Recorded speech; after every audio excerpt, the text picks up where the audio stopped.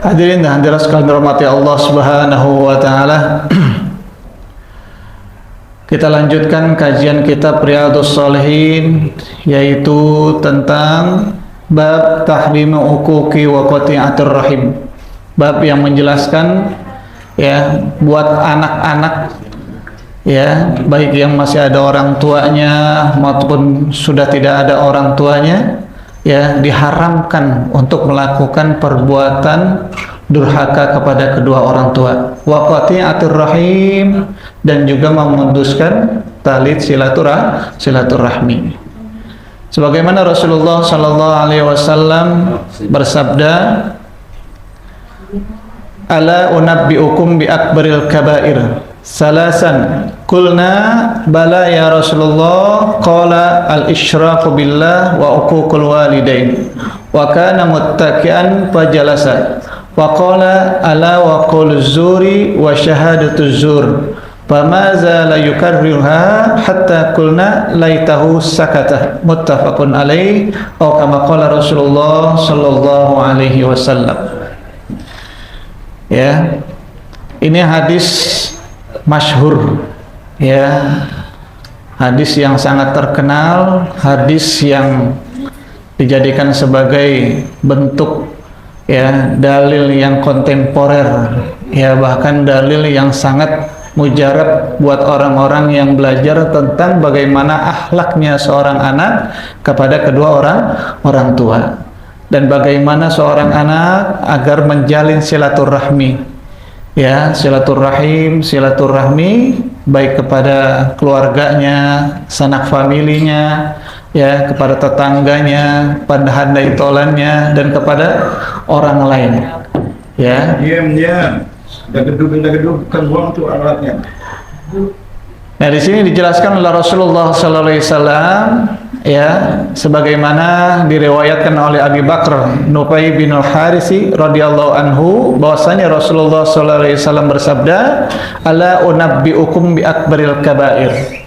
Ya, wahai sahabat-sahabatku, adakah kalian yang ingin mendengarkan ya sesuatu yang saya ingin sampaikan kepada kalian, karena ini sangat penting buat kalian wahai sahabat-sahabatku. Ya, lalu Rasulullah SAW bersabda di depan para sahabat-sahabatnya, "Ala unabbiukum bi akbaril kabair." Ya, ada suatu dosa besar di antara dosa-dosa yang paling besar. Salasan, sampai Rasulullah SAW mengucapkannya tiga kali. Pengen nggak saya kasih tahu? Ya, wahai sahabatku, ya, inginkah kalian mendengarkan? Inginkah kalian ingin menyimak apa yang saya katakan ini? Ada dosa-dosa yang besar di atas dosa-dosa yang paling besar. Bala ya Rasulullah. Ya, para sahabat menjawab, kulna bala ya Rasulullah. Ya, tentu saja wahai Rasulullah sallallahu alaihi wasallam. Qala, apa itu? Nah, Rasulullah SAW bersabda, al-isyraku billah wa uququl walidain, yaitu mensekutukan Allah, ya, dan durhaka kepada kedua orang tua. Ya. Siapa saja yang ingin sholat malam, silakan setiap malamnya. Siapa saja yang ingin ya siang harinya ingin berpuasa, silahkan. Siapa saja yang setiap bulannya ingin pergi pengen umroh, silahkan. Ya, siapa saja yang hartanya banyak setiap hari pengen yang namanya sedekah, silahkan. Ya, tapi tidak boleh syirik kepada Allah Subhanahu wa ta'ala. Kenapa? Semuanya akan sia-sia, nggak ada yang tersisa kecuali hanya dosa, ya, yang diberikan oleh Allah Subhanahu wa ta'ala. Jadi semua yang dilakukan tuh kebaikan-kebaikan tuh hilang tuh, ya, nggak ada barang sekali, ya. Nah, di sini dijelaskan oleh Allah Subhanahu wa taala dalam firman-Nya di dalam surat Az-Zumar ayat 66, a'udzubillahi minasyaitonirrajim, bismillahirrahmanirrahim, la in asyrakta la yahbatanna 'amaluka wa la takunanna minal khasirin. Ya, semua perbuatan yang tadi saya sebutkan, ya, mulai dari umrohnya, ya mungkin hajinya setiap tahun, ya mungkin dia setiap siangnya dia puasa, malamnya dia tahajud, qiyamul lail, ya dia banyak uang, setiap harinya dia bersedekah, ya tapi dia masih mensekutukan Allah Subhanahu wa taala, la yahbatanna amaluka, maka gugurlah dia punya apa? Pahalanya.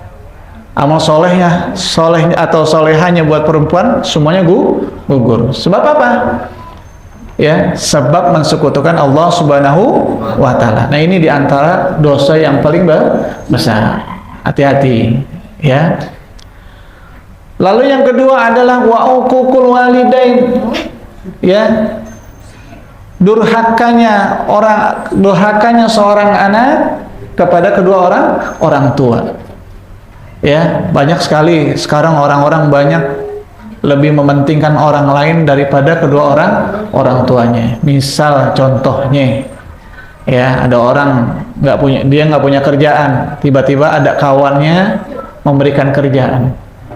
Ya, dia digaji besar, ya rumahnya disiapin, dikasih fasilitasnya, mobilnya, motornya, bahkan rumah isinya udah disiapin.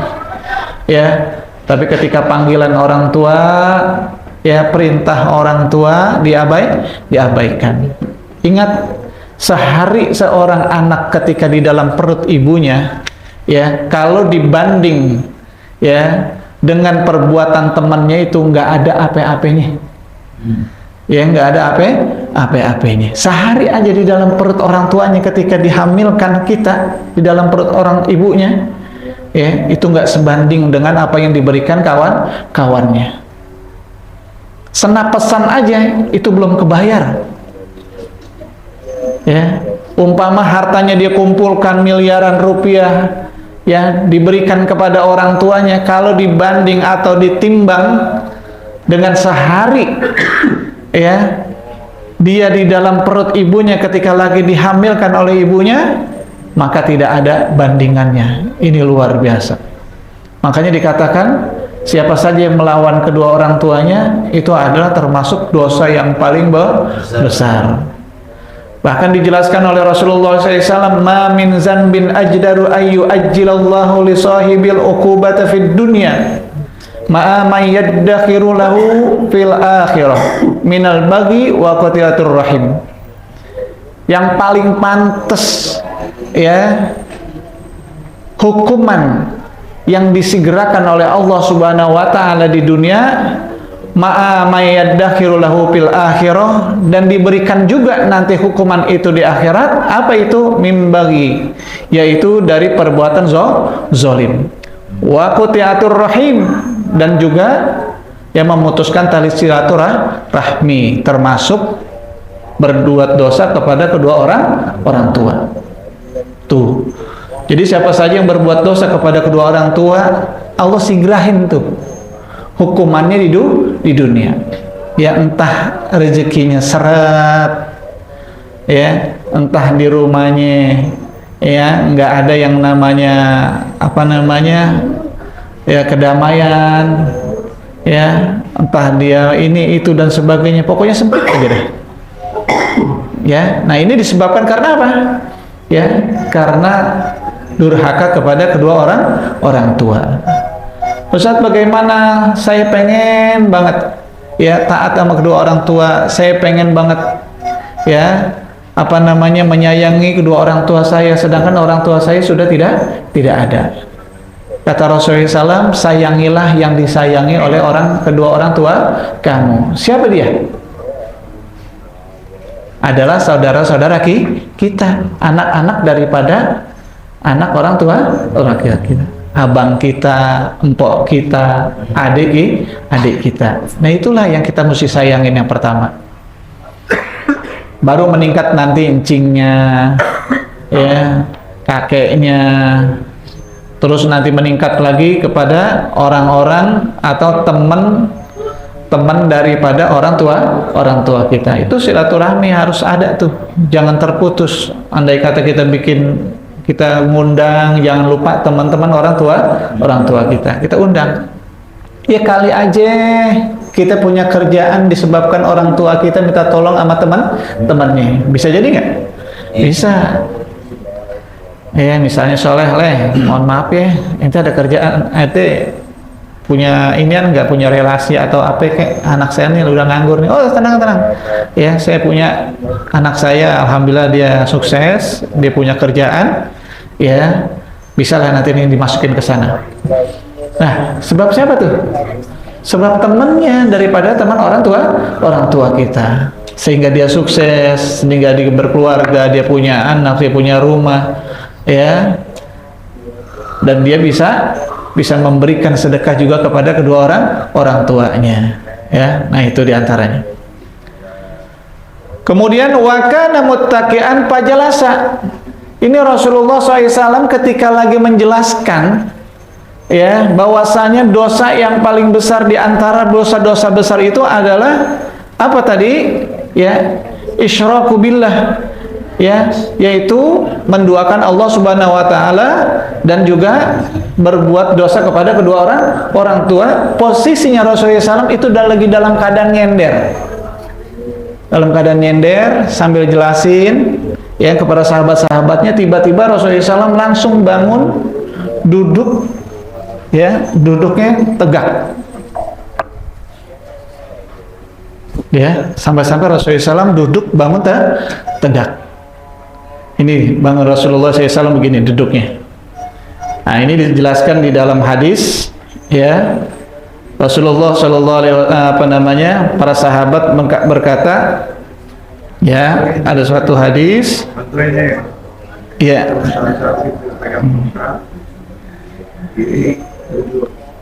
ya, an Qailata binti Muharramah annaha ra'at Rasulullah SAW fil masjidi wa huwa qa'idun kurfuso. Qalat falamma ra'aitu Rasulullah SAW al-mutakhashshi'a fil jilsati ur'itu minal farq. Jadi yang dirawayatkan oleh Qailata binti Muharramah, ya, beliau melihat Rasulullah SAW ya sedang duduknya begini nih. Ya, boleh nggak saya di sini? Ya, ini duduknya Rasulullah. Sehingga sahabat Nabi ketika ingin menyapa Rasulullah SAW nggak berani.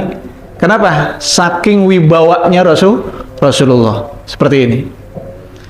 Dan ada juga yang diriwayatkan oleh ya sahabat yang lain bahwasanya Rasulullah SAW duduk seperti ini. Ya mungkin kita pernah lihat para habaib, ya, duduknya seperti ini. Nah lihat nggak? Ya. Dekat Rasulullah. Nih ada yang begini, ada yang juga begini. Ya. Kalau begini, ini biasanya tandanya Rasulullah SAW ingin tidur nih, pengen rebahan. Rasulullah kalau pengen tidur rebahan, itu kakinya disilangin. Ya, salah satunya ada yang di atas kakinya. Biar kenapa ya? Biar nggak kesingkep. Dia punya auratnya. Ya, paham? Seperti ini. Ya, ini duduknya Rasulullah. Ada juga Rasulullah SAW ketika ingin makan, kaki kirinya itu di bawah kaki kanannya. Nah ini nih, bisa lihat ya. Nah ini seperti ini Rasulullah. Tuh, ini kalau makan begini, ya. Nah begitu makan tuh. Ini kakinya di bawah, nih kaki kirinya di bawah telapak kaki kanan. Nah ini cara duduknya Rasulullah. Nah ini ketika Rasulullah SAW mengucapkan bahwasanya ada dua dosa yang paling besar di antara dosa-dosa yang paling besar, itu Rasulullah SAW yang tadinya nyender, ya, kakinya begini, tiba-tiba langsung duduk,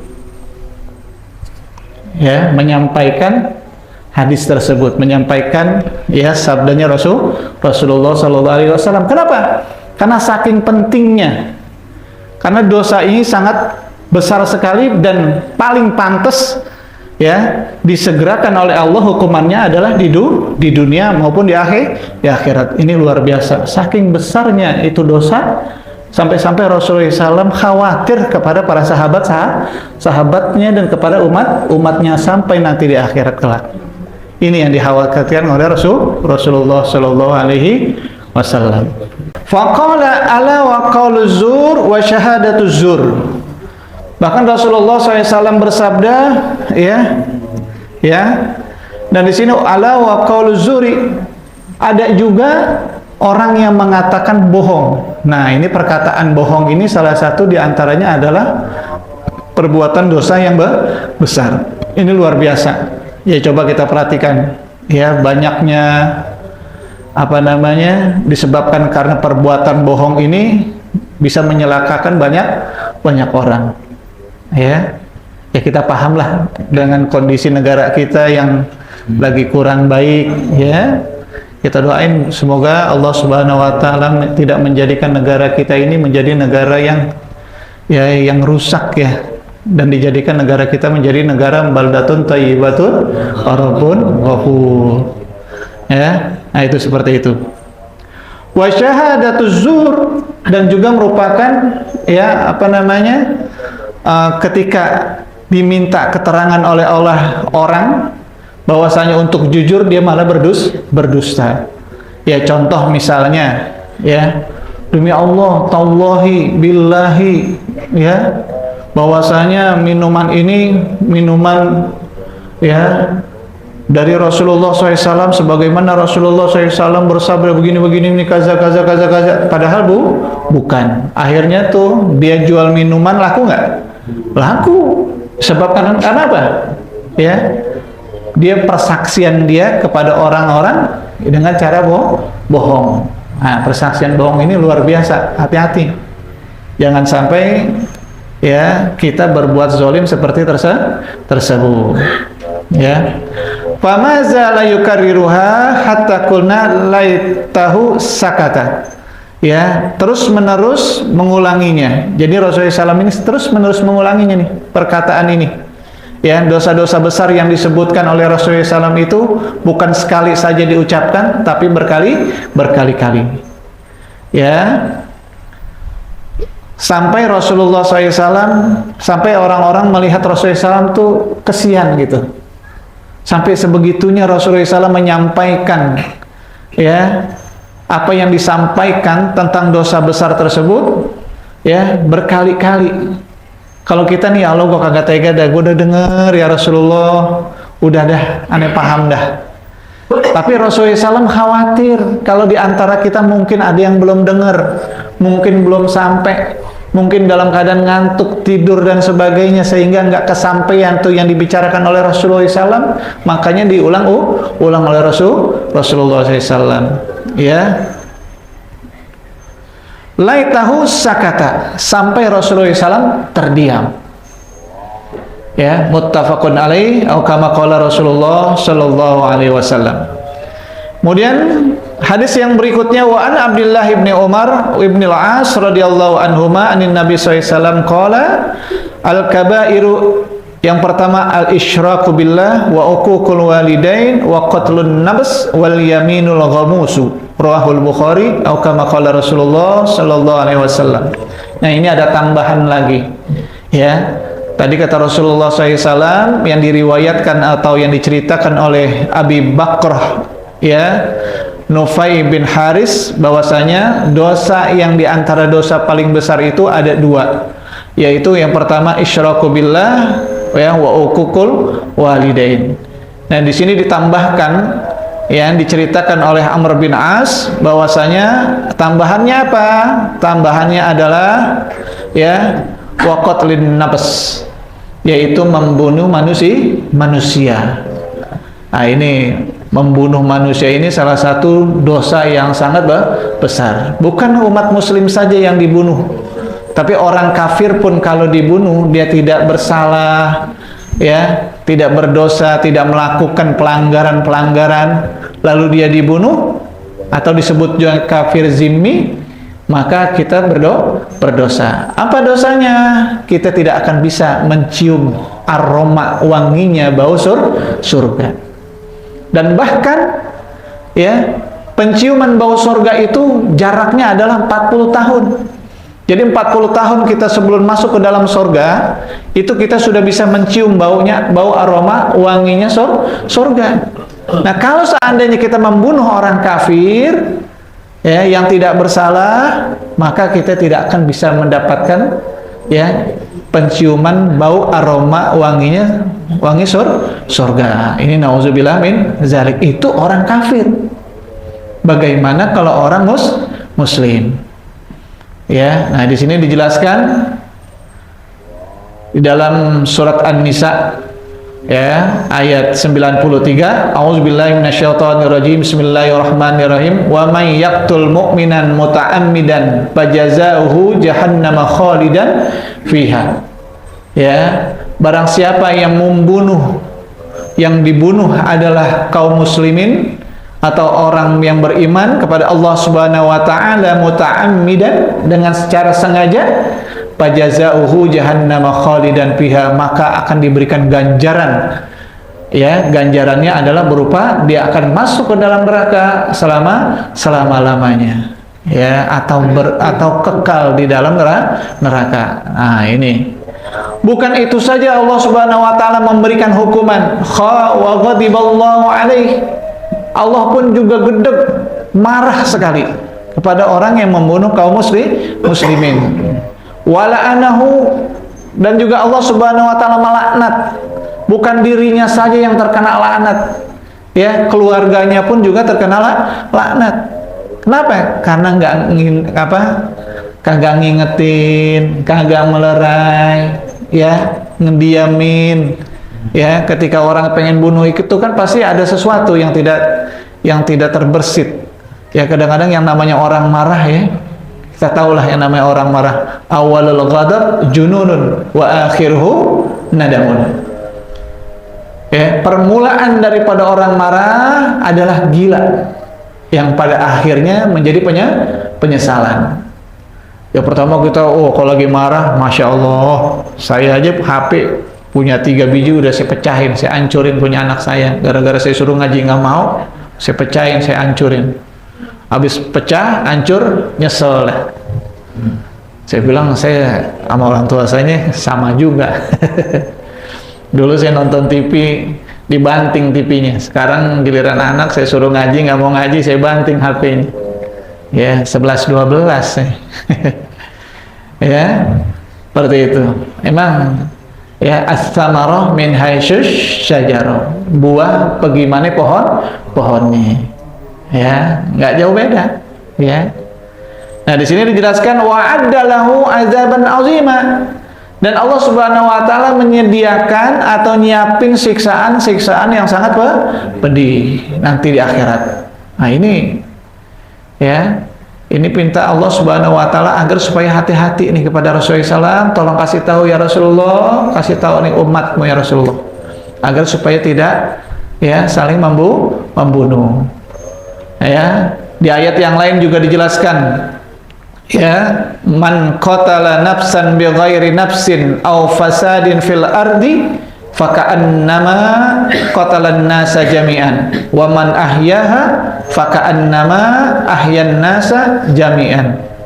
Tuh, ya, kata Allah Subhanahu wa taala, man qatala nafsan bighairi nafsin, siapa saja orang yang membunuh, ya, kepada man qatala nafsan, siapa yang membunuh bighairi nafsin, ya, kepada seseorang, au fasadin, ya, sedangkan orang tersebut tidak merusak, tidak melakukan apa-apa, tidak melakukan suatu kesalahan yang fatal, lalu dia dibunuh, ya, faka'annama qatalan nasa jami'a, maka seumpama orang tersebut, ya, dia telah membunuh seluruh manusia. Tuh, kalau kita membunuh orang muslim, ya, dengan sengaja dan tanpa ada dosa, ya, orang yang dibunuh tersebut, atau tidak berbuat apa-apa, tidak merusak, enggak, korupsi enggak, nebang pohon kagak, judi kagak, zina muhsan dan muhsanah juga kagak, begal juga kagak, merampok juga kagak, dibunuh, ya, maka orang tersebut, ya, seperti dia membunuh, ya, seluruh manusia. Nauzubillah min dzalik. Ya, waman ahyaha, kemudian siapa saja orang yang menghidupkan, Ya, artinya ini merawat seorang manusia yang tadinya susah dia bantu, yang tadinya sakit dia obati, dibantu pengobatannya, dibawa ke rumah sakit, dia rawatin dan sebagainya sampai dia umurnya panjang. Faka'annama ahyan nasa jami'a. Ya, seumpama kata Allah Subhanahu wa taala, dia menghidupkan seluruh manusia. Cakep gak tuh? Cakep. Ya. Nah, oleh karena itu, ya kita saling tolong menolong. Ya, ini perintah Allah Subhanahu wa taala, bukan perintah saya. Ya, perintah Allah ya yang yang wasiatkan kepada Rasulullah SAW dan diberikan kepada sahabat dan umatnya Rasulullah Sallallahu Alaihi Wasallam. Ya, oleh karena itu apa yang dilakukan oleh Rasulullah kita ikutin. Ya, kata Habib Rizik, la ansya waqtidaan waqtifaan wattibaan Sayyidina Rasulullah Sallallahu Alaihi Wasallam. Kita ngikutin Nabi aja udah. Ya, kalau kita udah ngikutin Nabi, selamat. Nggak mungkin nggak selamat. Ya, apa yang dilakukan Rasulullah ikutin, insya Allah selamat. Nah, kemudian wal yaminul gumusu, ya gumusu, ya kemudian yang keempat di sini dijelaskan adalah sumpah palsu. Ya, hampir sama dengan sumpah palsu dengan wasyahadatuz zur, ya, yaitu sumpah palsu. Apa sih diantaranya sumpah palsu? Ya, tadi yang saya katakan, ya, saya tidak, ya, demi Allah, tallahi billahi, ya, saya nggak melakukan perzinahan, padahal dia berzina. Yang namanya orang berzina itu kan emang ada orang yang bisa ngelihat, 4 orang melihat seperti benang masuk ke dalam lubang jarum, ada nggak yang bisa lihat? Ya kecuali dia divideoin, beda. Ya, dari zaman Rasulullah SAW sampai zaman Imam Syafi'i belum ada orang yang bisa melihat orang berzina 4 orang saksi. Andai kata 1, kira-kira sah nggak persaksiannya? Tidak sah. Mesti 4. Ada sendiri. Ya, 2 sah nggak? 3 sah nggak? Enggak, mesti 4. Ya, kalau seandainya persaksiannya itu benar-benar, ya dia ngelihat tetap nggak bisa diambil hukum. Bahkan ketika ada seseorang datang kepada Rasulullah SAW, ya Rasulullah, sungguh saya telah berzina. Paling kamu ya ciuman doang, cumbu doang, ya mainnya juga di atas doang, nggak sampai masuk. Ya, nggak benar ya Rasulullah, bahkan saya saksinya ada, yaitu pacar saya. Ya, atau dia punya laki-laki misalnya duda, atau dia sudah punya istri. Nah, itu kan namanya muhsan dan muhsanah. Kalau muhsan dan muhsanah, maka hukumannya ada dirajam, dipendam, ditimpukin pakai batu sampai mati. Tapi kalau seandainya ya dia belum menikah, misalnya masih sekolah, belum pernah merasakan pernikahan, belum pernah merasakan yang namanya hubungan badan, lalu dia berzina, maka hukumannya 100 kali cambuk.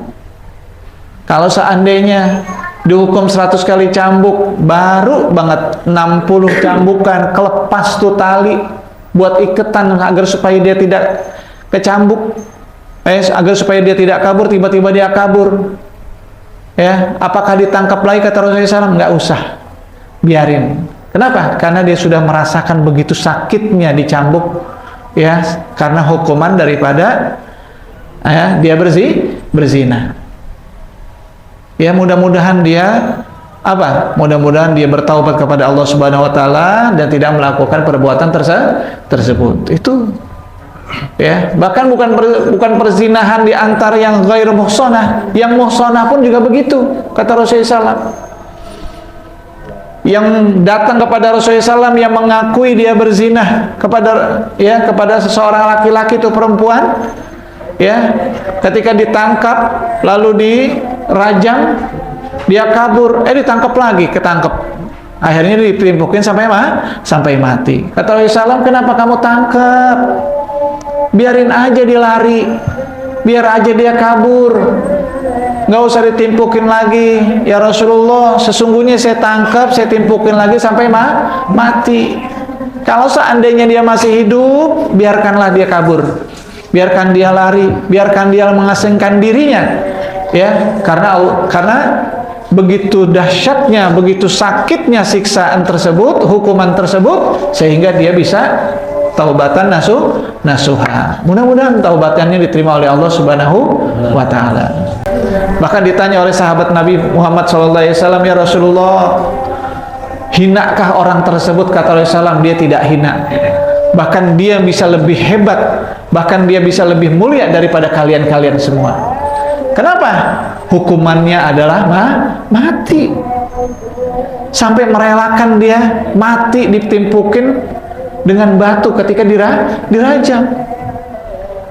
Saya lupa namanya, makanya disebut belakangnya radhiyallahu anhu. Ma'iz.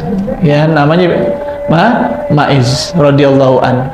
Ya, semoga Allah meridhoi. Itu luar biasa. Nah, ini orang-orang yang termasuk orang as-sabiqunal awwalun, orang-orang yang Allah Subhanahu wa taala pilih, dan orang-orang yang masuk Islam pertama, orang-orang yang beriman kepada Allah dan Rasulnya. Ya, nggak mungkin dia orang pilihan, pasti nggak mungkin bukan orang pilihan. Ya, ini diantara orang-orang yang berbuat zalim.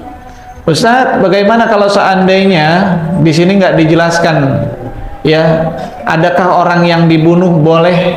Ada. Siapa orang yang dibunuh boleh? Di antaranya tadi, ya, orang yang berzina, muhsan dan muhsanah. Orang yang pembunuh juga boleh dibunuh. Namanya disebut apa? Orang yang bunuh dan dibunuh lagi. Ya, namanya adalah kisos. Ya, rampok. Dia kan banyak bunuh tuh untuk mengambil harta bendanya dengan cara membunuh. Setelah dibunuh, dia ambil itu barang-barangnya, dibawa lari. Nah, itu namanya rampok. Kalau maling cuma diam-diam ngambil, nggak ketahuan, namanya maling. Kalau rampok beda. Ya, dia lebih sadis dia. Ada juga begal. Ya. Atau juga sudah masuk tuh yang namanya kategori dibunuh, boleh dibunuh, koruptor tingkat tinggi, ya, yang sudah di atas miliaran, itu sudah boleh dibunuh. Kenapa? Agar supaya terputus mata rantai daripada korupsinya. Ya, begitu juga orang yang membunuh. Zaman dahulu, zaman jahiliyah, itu orang-orang gampang banget, demen banget ngebunuh orang. Bahkan orang Yahudi ketika ditanya tuh, kemarin waktu 2018 saya ke sana, itu senang banget bunuh orang. Karena bunuh orang Palestina, bunuh orang Muslim, orang-orang Israel nih, tentara IDF, ya, itu pahala buat dia. Dan anugerah buat dia nanti di akhirat. Ya. Nah, ini Rasulullah SAW ketika diutus menjadi Rasul, itu diharamkan untuk membunuh manusia. Nah, disitulah Rasulullah SAW memutus rantai pembunuhan. Nggak boleh. Kalau seandainya nggak diputus rantai pembunuhan dengan cara dibunuh, maka orang akan membunuh dan gampang ingin membunuh. Ya, nah itu diantaranya hadis yang menjelaskan dosa yang sangat besar. Ya, diantaranya tadi yaitu isyraku billah wa uququl walidain wa qatlun nafs wal yaminul ghamus, yaitu sumpah palsu. Ya, mudah-mudahan dengan hadirnya kita di tempat yang mulia ini, Allah Subhanahu wa taala bukakan pintu futuhal arifin, futuhas siddiqin, futuhal ulamail aminin, dan mudah-mudahan semua yang hadir semua di sini dikabulkan segala hajat-hajatnya, amin ya rabbal alamin. Wallahu a'lam bishawab wa ilaihil mazi wal ma'af. Al-Fatihah.